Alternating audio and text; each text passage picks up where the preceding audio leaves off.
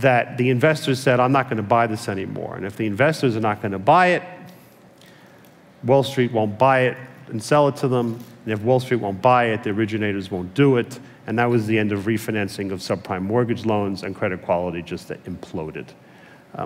I had this experience in August of 2007 when I knew it was happening. My family and I were on Nantucket for 2 weeks on vacation.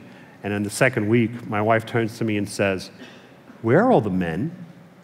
And I said, "They all went back to the office to watch The End."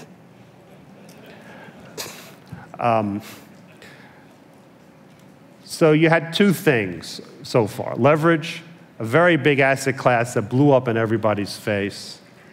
And then the question is, but why did Wall Street own it? Weren't they smart? And therein lies a tale of real moral turpitude, in my view. The desks of these firms were all paid on volume. And as times got a little more difficult, there were fewer investors to sell the stuff to. If you were rational, you would have said, I'll just originate, I'll just do less. But they didn't want to do less because they were all paid on volume. So they got their firms to buy what they couldn't sell. That's basically what happened. And so when the music stopped in the fall of 2007, Wall Street held this stuff up to their eyeballs, and every single firm was at risk. Now, I remember in the fall of 2007, I had this joke where I said to one of my partners, you know, there's a conversation going on in 200 different languages all over planet Earth, and it goes like this. The CEO just walked into the office of the chief investment officer, and he says, "We own what?" And that was repeated all over the world.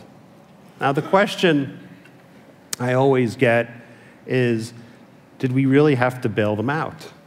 And the answer, unfortunately, is yes. And the reason why we had to bail them all out is that, let me tell you what would have happened if we had not bailed them all out. So Lehman went down, as we all know. AIG obviously would have gone down if the government hadn't bailed them out. Morgan Stanley would have gone down. Goldman Sachs would have followed about 48 hours later. GE would have gone down maybe a week later.